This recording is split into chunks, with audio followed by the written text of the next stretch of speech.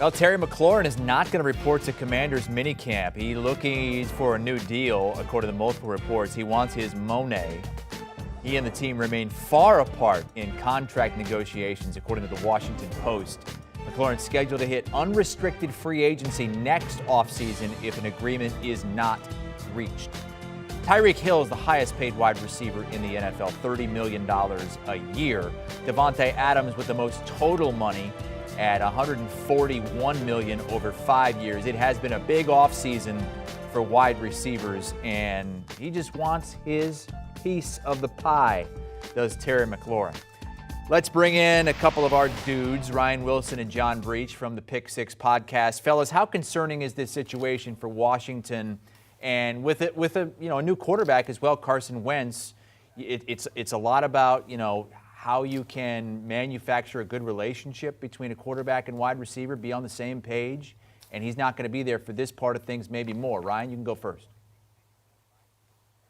So last segment we had that question about Lamar Jackson. My concern was 0. This time around with Terry McLaurin, it's about 99. You mentioned Carson Wentz, who needs as much work as possible with all his new teammates, because even last year in Indianapolis, where he had playmakers around him, he struggled at times. We know how things ended in Philadelphia for him after a strong start to his career there. And, the kids have a saying that, mess around and find out. Washington's going to mess around and find out that without Terry McLaurin, they're not a very good offensive football team.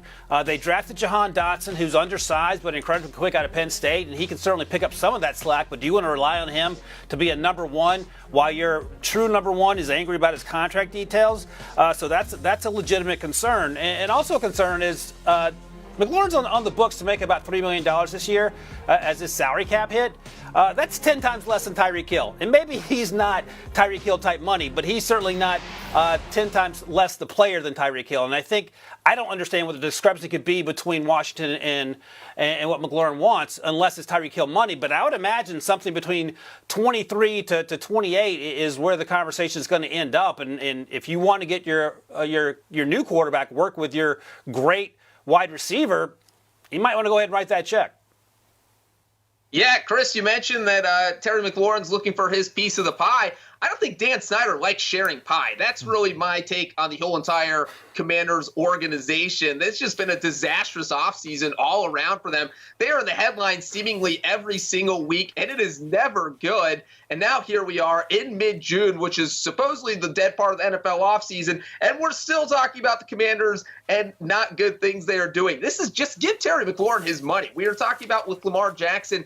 If you pay the person now, they're going to be underpaid in 2 or 3 years. The contract's going to look smart. If you give Terry McLaurin $24 million per year right now, well, guess what? In a year or two, that $24 million per year is going to be a bargain. But if you try and wait this out, the price is only going to go up. And he is someone who's absolutely outplayed his contract. He's going in the final year of his rookie deal. As Ryan said, the $2.9 million he's owed for 2022, he's not going to play under that. You have to give him a new contract. And we saw all the receivers on that list. Every time one of those receivers signed a new deal, whether it was Tyreek Hill, Davante Adams, Allen Robinson, Cooper Kupp, anytime the receiver signed a new deal this offseason, Terry McLaurin's price went up. So they just need to stop waiting, get a deal done. As Wilson said, I think it should fall somewhere between 23 and 25 million. Yeah, when you look at the top numbers per year, it's Hill at 30, but then Cooper Kupp is down there at 26, and he was the best wide receiver in the NFL last season,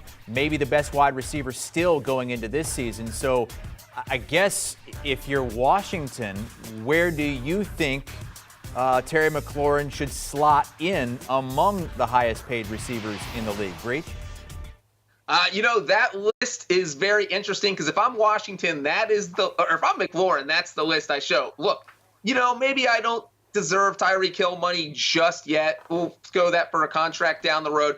But for right now, I feel like McLaurin could make the argument that he deserves to be the 6th or 7th highest paid receiver in the league. We saw the top 5 right there. A.J. Brown was at number 5 at $25 million per year. So I don't think McLaurin is crazy if he's out there asking for, say, $24 million per year, or even if he wants to get A.J. Brown money at $25 million per year. I think he would be hard-pressed to go up to Cooper Kupp or DeAndre Hopkins. I think the top 4 are the top 4 guys. Most people agree that those are probably the 4 guys that deserve the money the most at this point.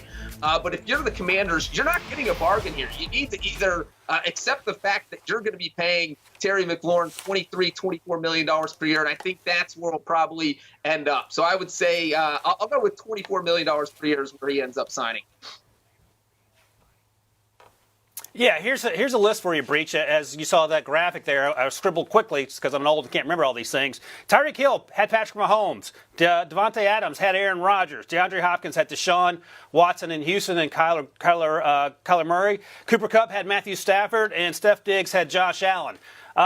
I'll give you 10 minutes to name the 25 quarterbacks that Terry McLaurin had to catch passes from during his first 3 years in Washington.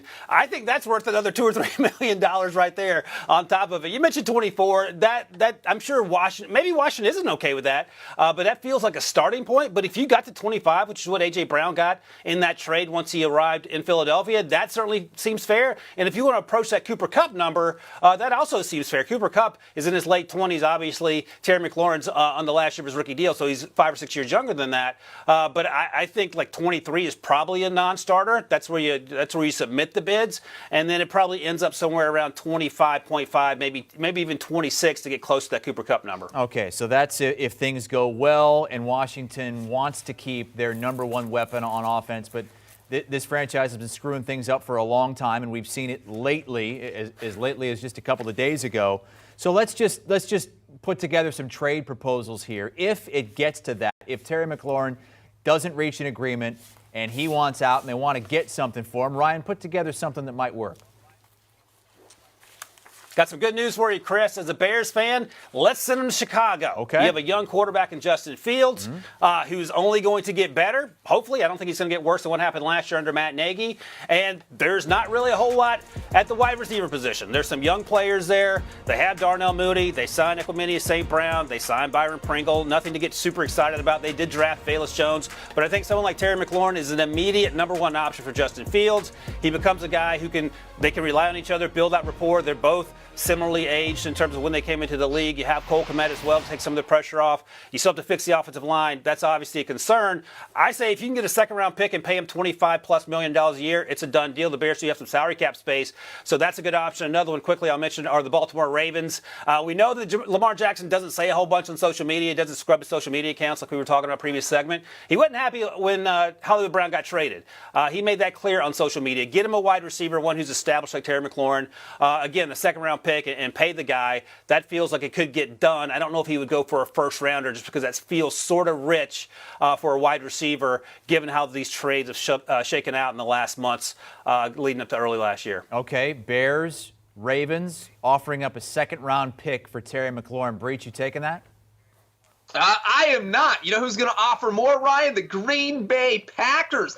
They won't use a first-round pick to draft a receiver, but they will call up Washington and trade a first-round pick to get a wide receiver. Look, we all know the Aaron Rodgers Super Bowl window is almost closed. It is 3 years max. It is probably 2 years. It might only be 1 year. So if you're in that situation, you have to do everything possible to win a Super Bowl while this window is open. And I think that trading for Terry McLaurin would absolutely pull that off. Is he worth a first-round pick? Wilson, you don't think so, but I think if you're the Packers, you're expected to be picking at the bottom of the first round. You're thinking Terry McLaurin is the guy who's going to put you over the top, get you that Super Bowl, which means this is either going to be pick 31 or 32 in the first round. I have no problem giving that up for a talent like Terry McLaurin. So, yes. Not only do I think they should trade a first-round pick, I think in my package I sent in, it's a first-round and a third-round pick. They're going to give up 2 picks for Terry McLaurin because that's how bad they need him. And that is how bad the Packers are going to get this deal done and go win the Super Bowl with Terry McLaurin. Breech, I don't deny that the Packers do need some help at wide receiver. But Hassel, I would like you to note for the record that Breech, again, proves why he's the worst GM in history. He wanted to trade a third-round pick for Gardner Minshew when he was a backup in Jacksonville. He's doubling down by trading a first and a third-round pick for Terry McLaurin, who I presumably will catch passes from Gardner Minshew after they trade Aaron Rodgers to wherever Gardner Minshew is. I think he's in Philadelphia right now. So, Breech, that's an F draft grade there. I'll pass on that. Better mock GM, Breech or Prisco? Yikes. How about the auto drafter that you do in your fantasy league? I'll take that guy. All right, there you go. So those are some proposals that maybe he ends up on the trade block because McLaurin is unhappy, wants that new contract, wants to be paid like one of the top receivers in football, not on his rookie deal with $3 million coming to him this season, if that. All right, so Breech, if it's not Terry McLaurin as the number one weapon for Carson Wentz, who's it going to be? I don't know, Chris. I think what we're going to see is what we saw in Indianapolis last season, where Frank Reich kind of decided we're just going to be a running team. And we're going to start giving the Jonathan Taylor the ball all the time because I don't trust Carson Wentz. And if Wentz doesn't have a true number one receiver like McLaurin, I think that's what Washington does. We're going to see Antonio Gibson get the ball all the time. They're just taking it out of Carson Wentz's hand. And so that tells you how big it is to get someone like McLaurin in this offense and to get this contract negotiation done. Because if he's not out there, then I feel like this is a team that's going to have to predominantly rely on its run game. No, that's exactly the issue, and that's what we talked about earlier in the segment. Like, what's the Washington's leverage? We're going to roll Curtis Samuel out there, who struggled last year with injuries. Is Jahan Dotson going to be the guy? We've never seen him take an NFL snap. What about De'Ami Brown, who he drafted on day 2 last year? Was okay last year. Do we want to lean on that? I mean, there are tons of questions, and they have a lot of guys on the roster, the wide receiver position, none of which you feel comfortable saying, okay, we can let Terry McLaurin pout in the corner and he'll show up when he's ready. He ain't showing up, so you're going to have to pay him. And again, if you're buying in on Carson Wentz, and that's all we've heard Ron Rivera say since the moment they acquired him, you need to help him out. You don't want to force Carson Wentz to do it all by himself. That is hard to watch. And Breech noted the run game perhaps is an option. Antonio Gibson, they drafted Brian Robinson earlier than some people thought. Maybe you lean on that. But then you're not going to win the division, even though it's not a very good division right now. So I think the margins are slim already in the NFC East, and you're going to be battling the Giants and maybe the Eagles. I think the Eagles are going to be a better football team.